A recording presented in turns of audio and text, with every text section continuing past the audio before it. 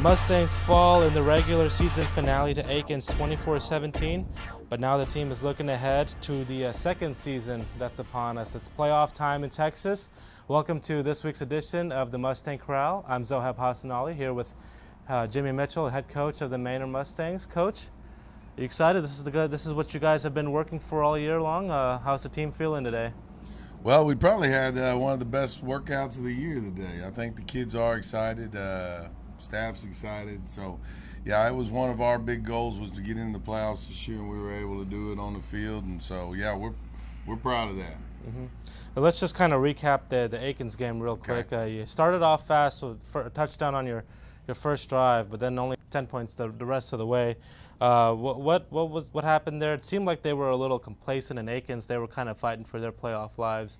Is that kind of the case? Well, there was some of that. I mean, once you pretty much clinched the week before, it's hard to stay focused and get up for a game that we really wanted to win, and we had talked about it all week, but it's just hard.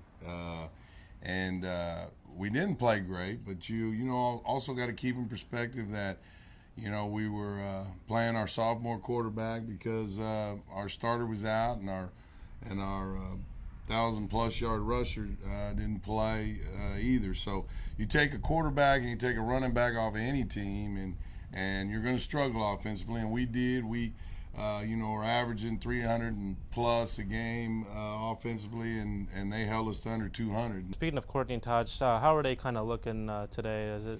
Well, they're day to day, so we'll keep an eye on that, and as we move through the week. But we really need.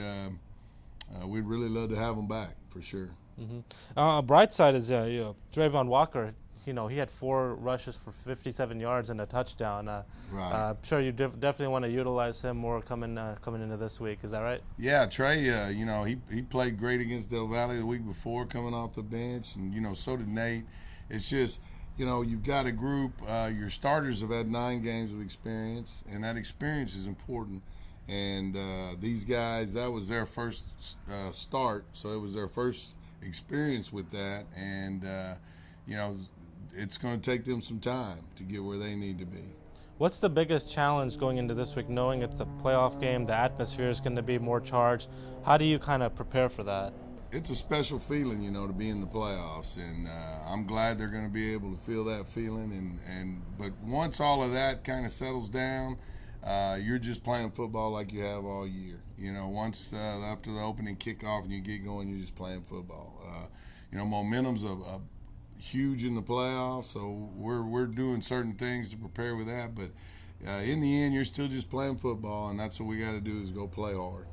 And your opponent this week's going to be Round Rock, Stony Point. Right. Kind of, these are going to be kind of unfamiliar teams. I know you got a head start on them, but what can you tell us about them, X's and O's wise? What do you see from them that might concern you? Well, they're a good football team, and they've got a lot of depth. They've dealt with some injuries just like we are.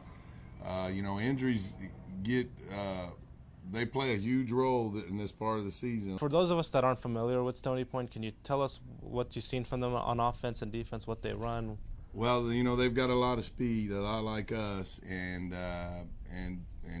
on offense, they've got a lot of guys that can make plays. Now, like I said, they're dealing with some injuries, so I'm not sure to what extent that is and what we'll see, but they've got talented kids on offense, and then defense, they play hard, so we're going to have to go execute. I mean, it's something I feel like we can do, but we're going to have to go execute well.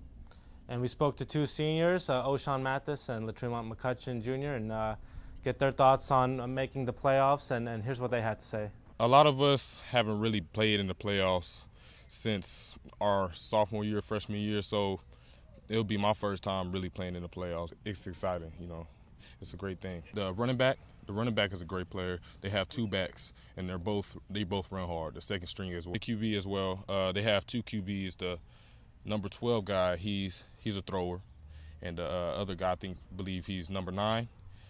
He's a runner. It just feels good to know that nobody believed in us that we was gonna make it this far, and then all the seniors, we kept everybody up, and then we made it. So that's the best feeling in the world. They got some guys that's gonna go. They got a corner it's really hard for them to block him on screens, but I feel like I can get him.